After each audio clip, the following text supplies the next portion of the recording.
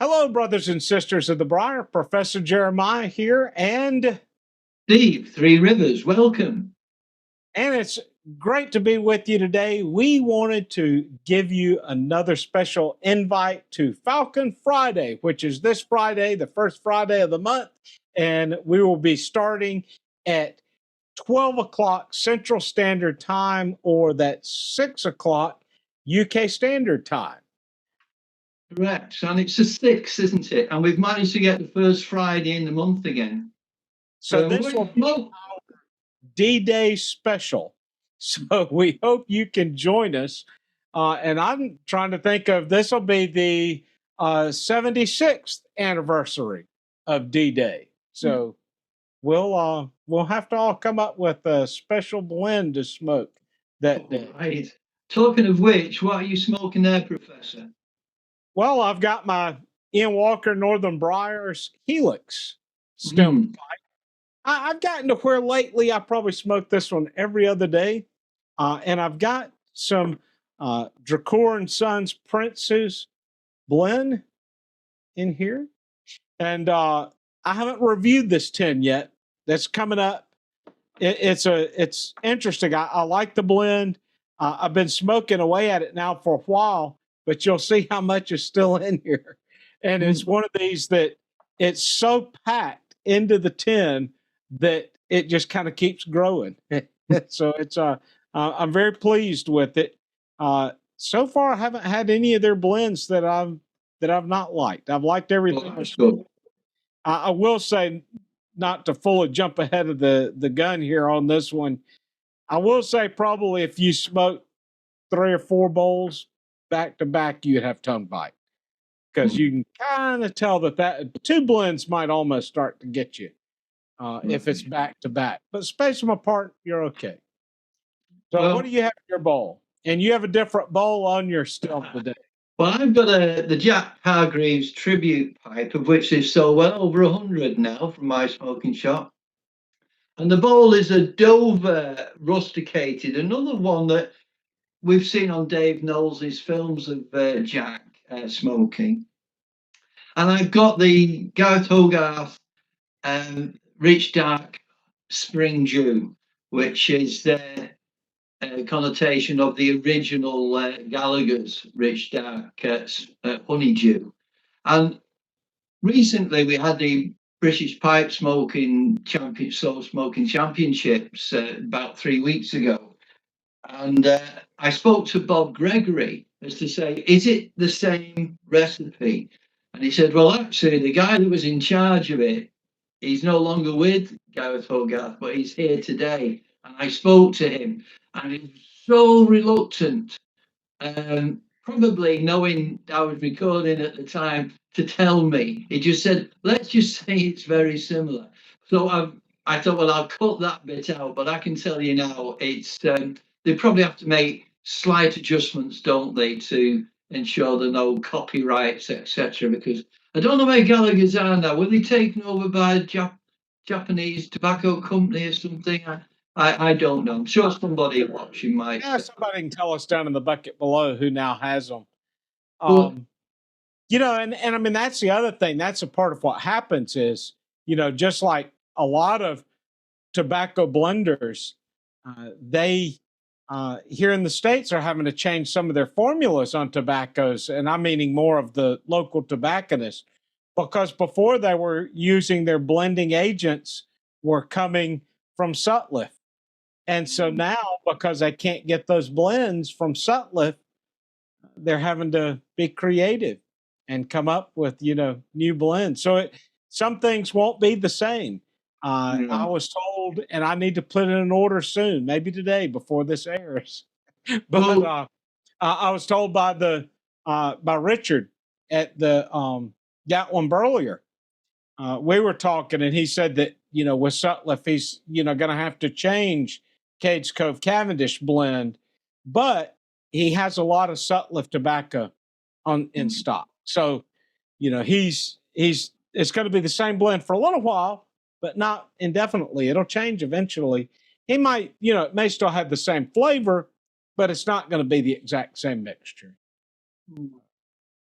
Well, at the show, which is a pipe show incorporated with the championships, there was a release of Cornell and Deal tobacco, American tobaccos. I just read some of the names: Opening Night, Sunday Picnic, Autumn Evening, Black Frigate, Star of the East, Beiju Morning, Dreams of Kadath, and Beiju Night. And for the competition, it was the Autumn Evening tobacco that was supplied for the competition. So that's now available in the UK. And you had stayed extra on Sunday waiting for that picnic. That never came.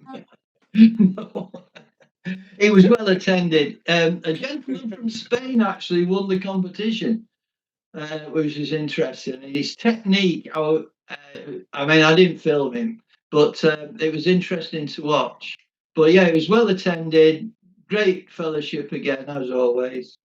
There Do we you know go. how many minutes he went for? Oh, it's over an hour. In fact, if you look at my last video of it, at the very end, I put up all the because everyone was a winner. Every competitor was a winner. All the times are there. And actually, there were team events as well, which I didn't have at the time. But the next video I'll put up will be the team winners as well. But they're wonderful prizes. And yeah, it was just good fellowship. It really was. I think my pipe club in Birmingham, we have somebody that we should send to England for y'all's Oh yeah, competition, because this guy can go a long time, and he's won. I think he's won now, not in a row, but I think he's won maybe 4 times yeah. of the slow smoke. Well, he And should he won this attend. past time. So It ran very close. There were three. There were ladies involved as well, but there were three gentlemen smoking it out to the death, and they did very well because it's open air, it's under canvas.